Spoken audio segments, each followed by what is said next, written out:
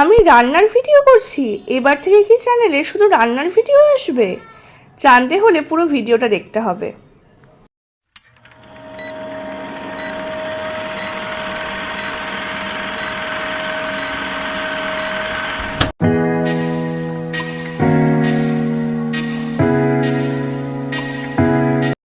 Hello friends, hello family, তোমরা সবাই কেমন আছো? তোমাদের অনেক অনেক ভালোবাসে, আমি অনেক ভালো আছি।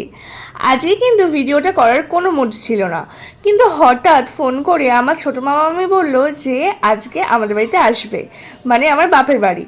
তো মনটা তো বেশ খুশি খুশি হয়ে গেল। তো আজকে ছিল নিরামিষ, যেহেতু আমি বাপের বাড়িতে রয়েছি তাই নিরামিষ সেদিনকে আমারও পালন হচ্ছে। তো কি রান্না করব তাই ভাবলাম চলো তাহলে পনির কিনে আনা যাক। তো মাকে বলতেই মা পনির কিনে নিয়ে এলো, আর আমিও ভাবলাম রান্নাটা চলো শুরু করে দিই। তো দেখো এখন পনিরটা নিয়ে বসে পড়েছি, এবার পনিরটাকে কাটার পালা। আর বিশ্বাস করো ছোটোবেলা থেকেই পনির কাটতে যে আমার এত ভালো লাগতো, পনির কাটার প্রতি একটা আলাদাই অবসেশন কাজ করতো আমার। তোমাদের কাঁধে কাঁধে পনির কাটতে ভালো লাগে জানিও তো। আমি ছোটোবেলা থেকেই ভালোবাসি পনির কাটতে এখনও। মানে যখন আমি আমার ওই বাড়িতেও যখন হচ্ছে পনির কাটা হয়, আমি কিন্তু সবসময় আমার শাশুড়িকে বলি আমিই পনির কাটবো। তাই এই পনিরটা রান্না করতে বসে পড়লাম। আর দেখো পনির কাটাগুলো অলরেডি আমার হয়ে গেছে। পনিরটা সুন্দর করে কেটে নিয়েছি ডুমো ডুমো করে। এবার হচ্ছে কিন্তু রান্না করার পালা, চলো রান্নাঘরে যাই। রান্নাঘরে চলে এসেছি, আর দেখো একটা পাত্রে জল বসিয়ে দিয়েছি। জলটা বসিয়ে দিলেই হবে না, এবার কিন্তু জলটা ফুটতে হবে। আমি তোমাদের কাউকে রান্না শেখাচ্ছি না, সবাই তোমরা রান্না পারো, আমি জানি তোমরা দিদিরা এতটাই এক্সপার্ট, দিদি দাদা সবাই রান্না খুব ভালো পারো। আমি শুধু তোমাদের সাথে শেয়ার করছি যে আমি আজকে পনিরটা কীভাবে করব। ভুল ত্রুটি করলে কিন্তু মার্জনা করে দিও, আমি কিন্তু খুব ভালো রান্না পারি না। তো তারপর লবণ দিয়ে দিয়েছি, আর পনিরগুলো একটু সিদ্ধ হয়ে বসিয়ে দিলাম। তার জন্য দেখো একটু ফুটে উঠতে আমি কিন্তু এটাকে ঢেকে দেব। আমি এভাবেই সাধারণত পনির রান্না করে থাকি, পনিরগুলো যাতে ভালো করে সিদ্ধ হয়। তারপর মিক্সার গ্রাইন্ডার নিয়ে নিলাম, আর সেখানে ভালো করে কাজু দিয়ে দিলাম। আজকে রেসিপিটা কী করবো বলো তো, দুধ পনির।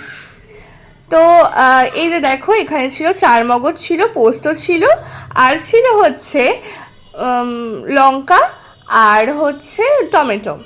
এইসব একসাথে ভালো করে পেস্ট করে নিয়েছি। যদিও আমার পেস্টটা না খুব একটা ভালো হয়নি, তখন আমি দেখে বুঝিনি, ওই যে বললাম আমি খুব একটা ভালো রান্না পারি না।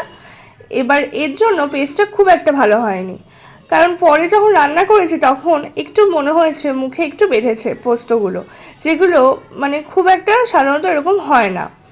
তারপরে তো রান্নাটা চাপিয়ে দিলাম।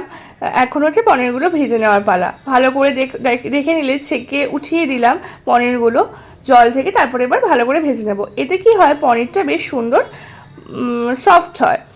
আর এই যে দেখো এখন কিন্তু আমি তেলের মধ্যে প্রথমে হলুদ আর লবণটা দিয়ে দিলাম। আমি এইভাবেই রান্না করে অভ্যস্ত, কারণ আমি পরে লবণ আর হলুদ দিতে পারি না, তাহলে সব যেন ঠিকঠাক করে ভাজা হয় না। তারপর দেখো ভালো করে ভেজে নিলাম, ভেজে নিয়ে এবার রান্নায় আসি, আসল রান্নায়। এবার তেলের মধ্যে যেটুকু তেল বেঁচেছিল তার মধ্যেই হচ্ছে এই পেস্টটা দিয়ে দিলাম ভালো করে।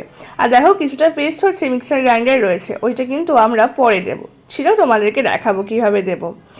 এবার কিন্তু ভালো করে নাড়িয়ে নিলাম, যত অপেক্ষা করব এবার কতক্ষণে হচ্ছে তেল ছাড়ে। তো এবার তোমাদেরকে একটা কথা বলি, দুধ পনির যখন রান্না করব তখন হচ্ছে কিন্তু অল্প মানে ভালো করে কষিয়ে তারপরে শুধু দুধটা দিয়ে কিন্তু বেশিক্ষণ আমরা রাখবো না, কারণ দুধ কিন্তু খুব সহজেই তাড়াতাড়ি উতলে পড়ে। মিক্সার গ্রাইন্ডারে যতটুকু মশলা ছিল ততটুকু কিন্তু আমি তার মধ্যে 2 কাপ দুধ ঢেলে তারপরে কিন্তু এবার ঢেলে দিয়েছি হচ্ছে কড়াইয়ের মধ্যে। এবার দেখো কত সুন্দর একটা হলদে হলদে কালার চলে এসেছে। আমার এই কালারটাই বেশি পছন্দ, আমার একদম সাদা কালারটা পছন্দ না। এবার স্বাদ মতো হচ্ছে লবণ, আর দিয়ে দেবো হচ্ছে স্বাদ মতো চিনি। যারা তোমরা চিনি খাও না তারা কিন্তু স্কিপ করতে পারো, এটা তোমাদের স্বাদ মতো। আমি একটু চিনি দিলাম, কারণ চিনিটা দিলে টেস্টটা একটু সুন্দর আসে।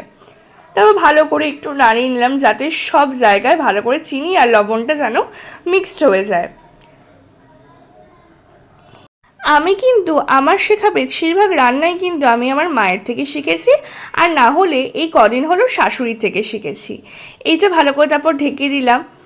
অনেকেই বলে শুনেছি যে দিদিমা ঠাকুমার থেকে রান্না শেখে, কিন্তু আমার কিন্তু সেই ভাগ্য আর হয়নি।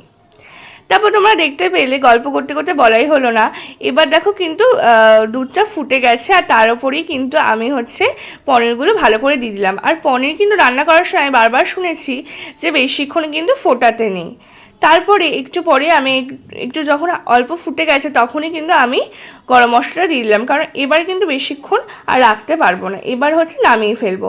নামিয়ে নিলাম, নামিয়ে নিয়ে দেখো এবার তোমাদেরকে দেখাচ্ছি। পাত্রটা খুব একটা ভালো নেওয়া হয়নি, এর জন্য তোমরা হয়তো বুঝতে পারছো না জিনিসটা, কিন্তু খেতে কিন্তু অসাধারণ হয়েছে। আমার মামি আর আমার মামার মেয়ে এসেছিলো, সেও কিন্তু বলেছে খুব ভালো হয়েছে খেতে। তাদের ভিডিও তো দেখাতে পারিনি, কিন্তু নেক্সট ভিডিওতে আবার যখন ওরা আসবে তখন অবশ্যই তোমাদেরকে দেখাবো। আর মা দেখো এই ময়দাটা চেলে নিচ্ছে ভালো করে, কারণ এখন যা ভেজাল সব জিনিসে, তাও ভালো করে মেখে টেখে দেখো লুচিও আমি খেতে বসে পড়েছি। আর লুচি আমাদের কিন্তু পুরো ময়দার হয় না, আটা আর ময়দা মিশিয়ে হয়। তারপরে ছিল গরম মিষ্টি, আহা অমৃত পুরো। তোমরা কারা কারা গরম মিষ্টি খেতে ভালোবাসো জানিও। বাই, দেখা হচ্ছে নেক্সট ভিডিওতে, ভালো থেকো।